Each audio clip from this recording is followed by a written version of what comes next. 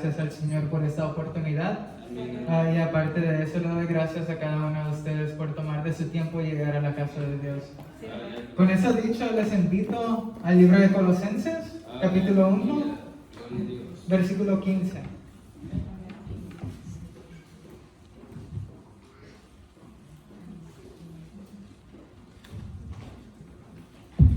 Cuando lo tengan, me indican con un amén.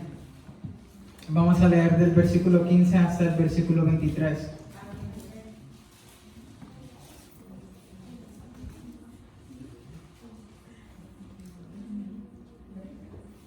Amén. La palabra del Señor se lee en el nombre del Padre, del Hijo y del Espíritu Santo. Colosenses capítulo 1, versículo 15. Él es la imagen del Dios invisible, el primogénito de toda creación. Porque en Él fueron creadas todas las cosas, las que hay en los cielos y las que hay en la tierra, visibles e invisibles, sean tronos, sean dominios, sean principados, sean potestades, todo fue creado por medio de Él y para Él. Y Él es antes de todas las cosas, y todas las cosas en Él subsisten. Y Él es la cabeza del cuerpo, que es la iglesia, el que es el principio, el primogénito de entre los muertos, para que en todo tenga la preeminencia. Por cuanto agradó al Padre que en Él habitase toda plenitud, y por medio de Él reconciliar consigo todas las cosas, así las que están en la tierra como las que están en los cielos, haciendo la paz mediante la sangre de su cruz. Y a vosotros también, que erais en otros tiempos extraños y enemigos en vuestra mente, haciendo malas obras, ahora os ha reconciliado en su cuerpo de carne por medio de la muerte, para presentaros santos y sin mancha e irreprensibles delante de Él, si en verdad permanecéis fundados y firmes en la fe, y sin moveros de la esperanza del Evangelio que habéis oído, el cual se predica en toda la creación que está debajo del cielo, del cual yo, Pablo, fui hecho ministro. Aleluya. Altísimo Padre Celestial, le damos gracias por este tiempo que usted nos ha proveído. Le damos gracias por todo lo que usted ha hecho en nuestras vidas. Que este tiempo sea para que su nombre sea exaltado arriba de todo. Me pongo a un lado para que usted sea exaltado, mi Rey. Para que usted reciba toda la honra y la gloria. Para que la verdad sea enseñada por medio de su Espíritu Santo. Me pongo a un lado. Que la honra y la gloria sea siempre para usted. En verdad la creación cuenta las maravillas de usted. En el nombre del Padre, del Hijo y del Espíritu Santo. Amén. Pueden tomar sus asientos. Hermanos amados, lo que nosotros leímos aquí en el Colosenses capítulo 1, versículo 15 al 23, es uno de los pasajes más importantes que habla de la persona de Jesús que vamos a poder encontrar en la palabra de Dios. Porque muchas diferentes religiones proclaman diferentes Cristos. Los que practican el Islam dicen que Jesús fue un profeta. Los judíos dicen que Él es un falso profeta. Aún los del mundo dicen que Jesús fue una buena persona. Pero ¿quién es el verdadero Cristo que nosotros proclamamos? ¿Quién es el verdadero Cristo que proclamó Pablo, Juan, Pedro, los apóstoles, los profetas, todos en la palabra del Señor? ¿Quién es el verdadero Cristo que fue predicado en la palabra del Señor? Esta epístola fue escrita para la iglesia de Colosas y la de la Odisea. La iglesia de Colosas fue una iglesia verdaderamente increíble, de la manera que tenían gran fe en Jesús y en verdad amaban la comunión, amaban estar con sus hermanos y hermanas, que es una marca de un verdadero cristiano. Pero había una nueva doctrina, una nueva enseñanza que se estaba introduciendo en esta iglesia. Una enseñanza que no fue enseñada por Epafras, que es un compañero de Pablo, por medio de las prisiones que se conocieron. Una doctrina tan peligrosa, una doctrina que en verdad disminuyó el rol de Cristo y menospreció la identidad de un creyente en Cristo. Amén. El propósito de esta epístola fue para fortalecer y animar y motivar para que la iglesia madure y crezca en madurez, para que lleguen al entendimiento de la voluntad de Dios en toda sabiduría. Y más que todo, lo que Pablo quería expresar en esta epístola era la persona de Cristo. ¿Quién era Cristo en verdad? Él venía proclamando al verdadero Cristo, vino a amonestar, y para comenzar, todo comienza en el versículo 15.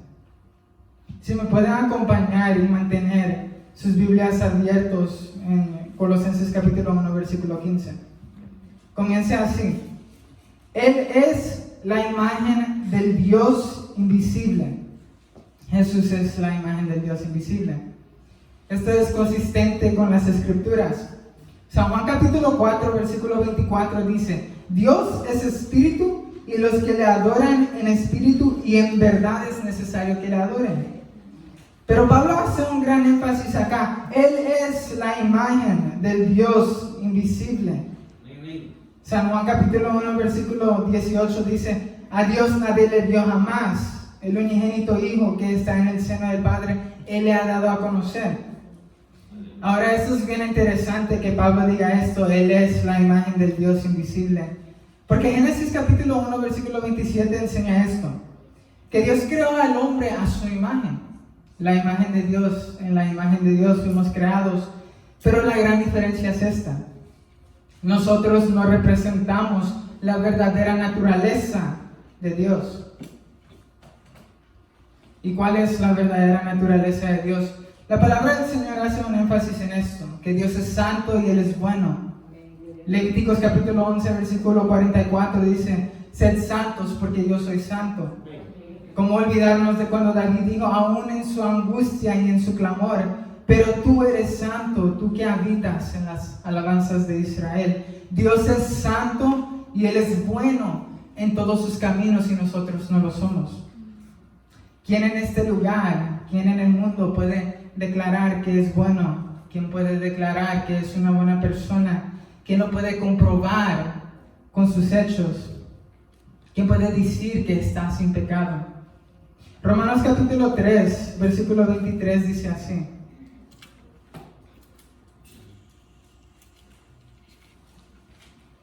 Romanos capítulo 3, versículo 3 dice así: por cuanto todos pecaron y están destituidos de la gloria de Dios. Es necesario entender esta naturaleza que está dentro de nosotros. Es necesario reconocer que necesitamos un Salvador. Por eso el próximo versículo, el versículo 24, Romanos 3, 24 dice: siendo justificados gratuitamente por su gracia, mediante la redención que es en Cristo Jesús. Hermanos amados, es la razón porque Jesús es en verdad la imagen del Dios invisible. Porque Jesús en verdad refleja la verdadera naturaleza de Dios. Jesús representa a Dios en su imagen. Él es bueno y Él es santo. Hebreos capítulo 1, versículo 3 dice: Él es el resplandor de su gloria. Jesús es el resplandor de su gloria. Más adelante, en la segunda parte del versículo 15, dice así: el primogénito de toda creación. Uno naturalmente puede meditar y decir, pero no sería el primogénito Adán, o siendo más específico Caín, el primogénito en términos de la descendencia humana. Pero lo que Pablo está explicando aquí es mayor que la descendencia humana. Pablo dice el primogénito de toda creación. Jesús es el primogénito de toda creación. Y el versículo 16 nos ayudaría a entender esto. Dice así: porque en Él fueron creadas todas las cosas, las que hay en los cielos y las que hay en la tierra, visibles e invisibles, sean tronos, sean dominios, sean principados, sean potestades. Todo fue creado por medio de Él y para Él. Amén, hermanos amados. Lo que Pablo está enseñando aquí es que en Él, en Jesús, todo fue creado.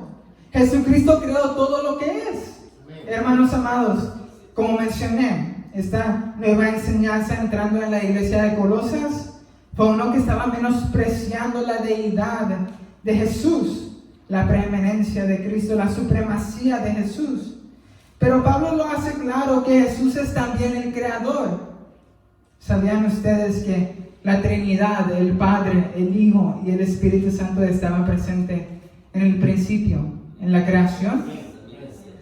Génesis capítulo 1, versículo 1 dice así: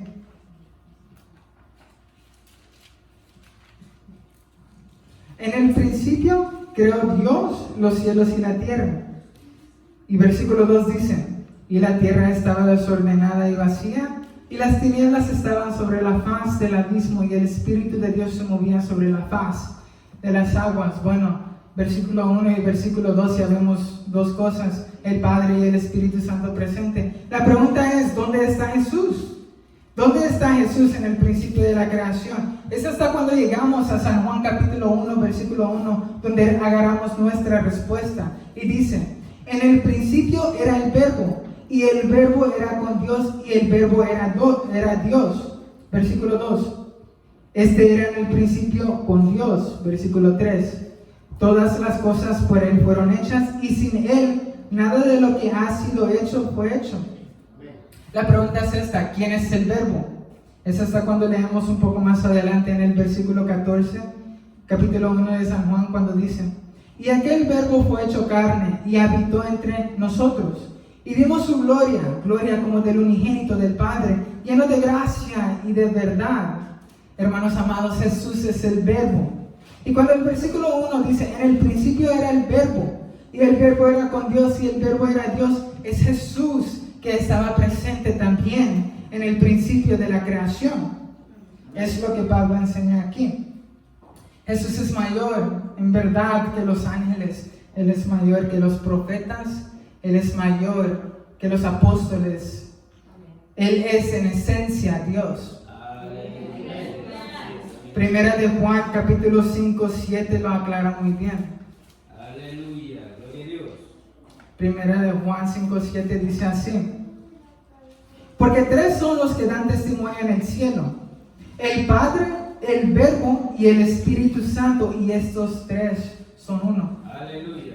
La idea en que tres pueden ser uno en verdad no es nuevo. Como olvidarnos de cuando en la creación Dios creó al hombre y también creó a la mujer, y dice la palabra del Señor que los dos harán uno, una carne, una sola carne. La idea de tres siendo uno no es nuevo, porque los tres en verdad son Dios, en esencia son Dios. Amén. Y quiero llamar su atención a la segunda parte del versículo 16, Colosenses capítulo 1, versículo 16. Al final del versículo 16 dice así algo bien interesante: todo fue creado por medio de Él y para Él. Hay una gran importancia en esto. Es bien significante lo que Pablo escribió acá.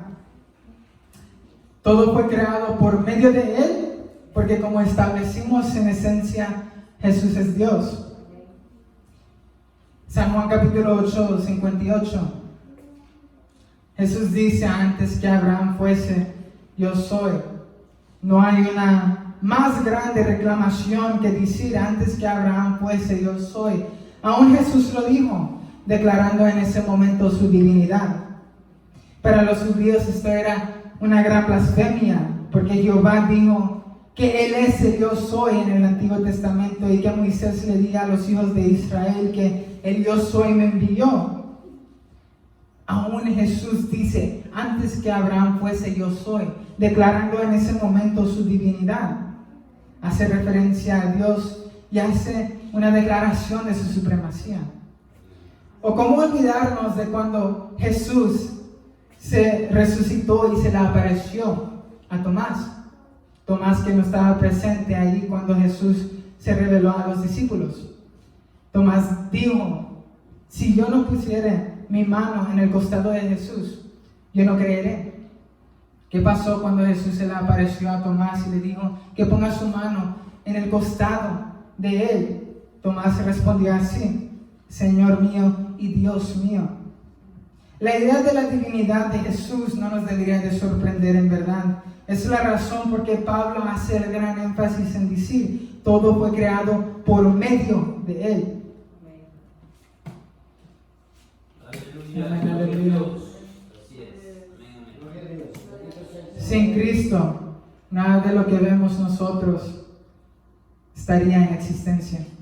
La creación en verdad cuenta la gloria de Dios, las estrellas como los cielos, como todo lo que está en la tierra.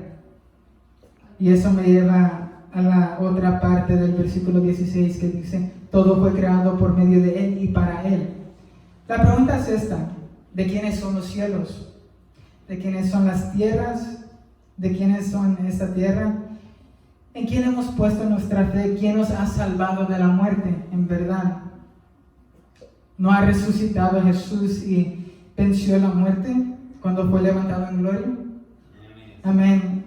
Todo lo que fue creado fue para Él. Todo es de Jesús, creación que es para Él. Amén, aleluya. Más adelante, en el versículo 17 de Colosenses, capítulo 1, dice así. Y Él es antes de todas las cosas, y todas las cosas en Él subsisten. Él es supremo. Él es preeminente. Él es suficiente, hermanos amados. En Él está nuestra esperanza, sea en la vida o sea en la muerte. Amén, aleluya. Amén, amén. Porque todas las cosas en Él subsisten, dice Pablo. Amén. Es decir esto, si este mundo está en una perfecta distancia del sol en que no nos quemamos ni nos enfriamos, es porque Cristo nos sostiene. Si todo está en orden en este lugar, es porque Cristo nos sostiene. La ciencia en verdad no tiene la respuesta para todo, pero la palabra del Señor lo tiene. Y dice que Cristo sostiene todo. Si estamos aquí presentes es porque Cristo nos sostiene.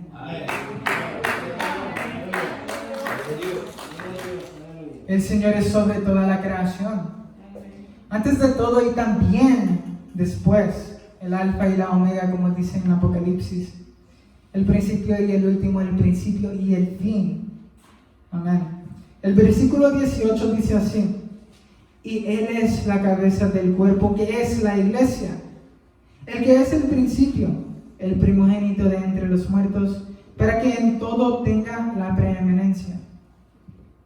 Y Él es la cabeza del cuerpo, que es la iglesia. La razón de nuestra adoración y nuestra alabanza es porque Jesús vive. Él es supremo. No hay como Él y todo es para Él, para Jesús. Él es la cabeza del cuerpo, el que guarda todo en su lugar. La segunda parte del versículo 18 dice así, después de esto, y Él es la cabeza del cuerpo, que es la iglesia.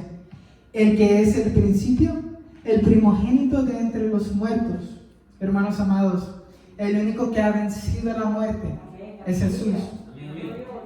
Sí, Jesús con sus palabras trajo vida a su amigo Lázaro y a la hija de Jairo. Pero eso fue un avivamiento, ese fue vida donde ellos murieron otra vez carnalmente, pero Jesús fue levantado para gloria y vida eterna en este caso. Colosenses 1:18 dice, para que en todo tenga preeminencia, para que en todo Jesús sea supremo, para que en todo tenga supremacía hasta el de la muerte, para que Él sea primero en todo, sea en la iglesia, sea en la vida, en la muerte, sea con los que Él ha salvado. Jesús es primero en todo momento, en todo instante. Más adelante dice en Colosenses capítulo 1:19, por cuanto agradó al Padre que en Él habitase toda plenitud. Él es suficiente, hermanos amados. Más adelante Pablo escribe en Colosenses capítulo 2, versículo 8 así: mirad que nadie os engañe por medio de filosofías y huesas sutilezas, según las tradiciones de los hombres, conforme a los rudimentos del mundo, y no según Cristo. Porque en él habita corporalmente toda la plenitud de la deidad, y vosotros estáis completos en él, que es la cabeza de todo principado y potestad. Aleluya. Él es suficiente. Hay un gran énfasis en esto. Pablo después escribe en Colosenses capítulo 1, versículo 20: y por medio de él reconciliar consigo todas las cosas, así las que están en la tierra como las que están en los cielos, haciendo la paz mediante su sangre, mediante la sangre de su cruz. Versículo 21: y a vosotros también, que erais en otro tiempo extraños, enemigos en vuestra mente, haciendo malas obras, ahora os ha reconciliado en su cuerpo de carne por medio de la muerte, para presentaros santos y sin mancha e irreprensibles delante de él. ¿Qué es lo que separa al hombre de Dios, hermanos amados? Isaías 59, versículo 2 dice así: pero vuestras iniquidades han hecho división entre vosotros y vuestro Dios, y vuestros pecados han hecho ocultar de vosotros su rostro para no oír. En verdad es difícil decir, pero la naturaleza del hombre, como establecimos, es pecaminosa. Así es. Primera de Juan capítulo 1, versículo 8 dice: si decimos que no tenemos pecado, nos engañamos a nosotros mismos, y la verdad no está en nosotros. David también dijo en Salmo 51: he aquí en maldad he sido formado, y en pecado me concibió mi madre. Es la razón por que Pablo hace el énfasis en el versículo 21: y a vosotros también, que erais en otros tiempos extraños y enemigos en vuestra mente, haciendo malas obras. Es una de las bases fundamentales del Evangelio. Jesús no solo es la imagen del Dios invisible, Él no solo es el primogénito, Él no solo es antes de todo, Él no solo es la cabeza del cuerpo, Él no solo es el principio, no solo es el primogénito de entre los muertos. Jesús es nuestro justificador, Él es nuestro reconciliador, hermanos amados. Porque la salvación nuestra no viene por medio de nuestras buenas obras. Todo eso no nos salva. Si no somos verdaderamente regenerados, transformados desde el interior. Si no somos verdaderamente dados un nuevo corazón, con un nuevo espíritu y nuevos deseos. Es en verdad lo que Jesús decía cuando hablaba con los fariseos. Los fariseos en verdad hablaban mucho de la ley, pero practicaban de la ley en una forma bien externa. Nunca miraban al corazón de la ley. Jesús en una ocasión dijo: si un hombre ve a una mujer con lascivia, ha cometido adulterio en su corazón. Hermanos amados, debemos de nacer de nuevo para ver el reino de Dios. Y nuestra salvación, como mencioné, no es por obras, no es por cuánto bien podemos hacer en este mundo, es por gracia, por medio de la fe en Jesucristo, confiando en el trabajo terminado de Jesús en la cruz del Calvario. Un versículo que siempre en verdad quiebra mi corazón y aún me llena de tanta esperanza, que constantemente medito en y digo cada día es esta. Primera de Corintios capítulo 5, 21. Al que no conoció pecado, por nosotros lo hizo pecado, para que nosotros fuésemos hechos justicia de Dios en él. Déjenme explicar, hermanos amados. El cordero sin mancha fue llevado al matadero, sin merecer. Fue tratado como si hubiera pecado todos los pecados del mundo, para que en su muerte nosotros seamos justificados y para que en su resurrección Él sea glorificado. Hermanos amados, murió nuestra muerte, recibiendo la ira que fue para nosotros, para darnos vida y vida en abundancia. Amén. ¿Cuántos le pueden dar un aplauso?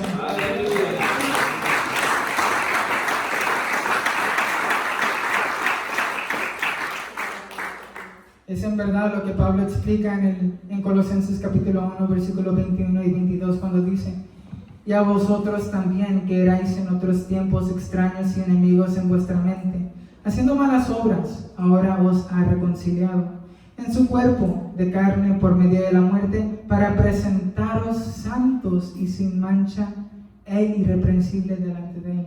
Pero hay otra parte, el versículo 22 dice: ¿para qué? Para presentaros santos y sin mancha e irreprensibles delante de él. Hermanos amados, en la mente carnal, daos la oportunidad para hacer la voluntad de Dios, seguir los mandatos de Dios, o vivir conforme a nuestra concupiscencia, vivir conforme a nuestra voluntad. La mayoría de personas escogerían vivir conforme a su propia voluntad. Hermanos amados, pero somos llamados a mucho más que eso. Somos llamados a vivir conforme a la obediencia. Somos llamados para ser renovados en santidad, poniendo nuestros ojos en Jesucristo, quien nos justificó. Hermanos amados, eso significa no vivir en una cadena de pecados, en un pecado habitual, no sea que menospreciemos el sacrificio de Cristo. Hebreos capítulo 10, versículos 26 y 27 dice así: porque si pecaremos voluntariamente, después de haber recibido el conocimiento de la verdad, ya no queda más sacrificio por los pecados, sino una herenda expectación de juicio y de hervor de fuego que ha de devorar a los adversarios. Hermanos amados, no tiene que ser así. Si uno se convierte de sus caminos y pone su fe verdaderamente en Jesús, nueva vida es dada. Pero ¿qué significa convertirse de sus caminos? Eso significa primeramente cambiar su mente. Tiene que cambiar su mente sobre la manera que vive uno. Tiene que en verdad arrepentirse de la manera que vive. Amén. Es en verdad el mensaje de Cristo, el verdadero Cristo que Pablo mencionaba. Que Jesús era la imagen del Dios invisible, que Él era en verdad el primogénito de toda creación, que en Él fueron creadas todas las cosas, que por Él es todas las cosas, que antes de todos Él ya era, que en Él subsisten todas las cosas y Él es la cabeza del cuerpo que es la iglesia, que Él es nuestro justificador, nuestro redimidor, nuestro redentor, es decir, nuestro salvador. Es porque Pablo termina en el versículo 23 diciendo: si en verdad permanecéis fundados y firmes en la fe y sin moveros de la esperanza del evangelio que habéis oído, el cual se predica en toda la creación que está debajo del cielo, del cual yo, Pablo, fui hecho ministro. Aleluya. Hermanos amados, me gustaría terminar con esto. Para los que verdaderamente no han confiado o han puesto su fe en Cristo, esto no se trata de una experiencia sobrenatural. Esto se trata sobre la verdad. Hermanos amados, ¿cuál es la verdad? Jesús es la verdad. La palabra del Señor dice esto: que el Espíritu Santo nos guiará en toda verdad. Cuando Jesús oró por sus discípulos en San Juan capítulo 17, versículo 17, Jesús oró y dijo: santifícalos en tu verdad, tu palabra es verdad. Aleluya. ¿Dónde se encuentra la verdad de la palabra de Dios? Se encuentra en Jesús, se encuentra en la palabra de Dios que está escrito, que tenemos nosotros. Aleluya. Hermanos amados, nuestro deber, si no hemos puesto nuestra fe en Jesús, es convertirnos de nuestros caminos, arrepentirnos, poner nuestra fe completamente en Jesús. Aleluya. Y nueva vida nos es dado. Y para los que ya han confiado en el Señor y han puesto su fe en Jesús, les quiero motivar con esto. Las mismas manos que nos salvó, porque Dios es el que salva, son las mismas manos que nos guardará. Con eso les quiero motivar, hermanos, para que crezcamos nosotros en toda sabiduría, en todo entendimiento en la palabra del Señor, para llegar para entender cuál es la buena voluntad de Dios en nuestras vidas.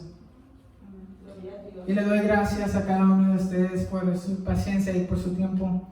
Y les motivo para que encuentren en verdad cuál es la buena voluntad de Dios en toda sabiduría. Aleluya. Les pido que se pongan en pie para orar.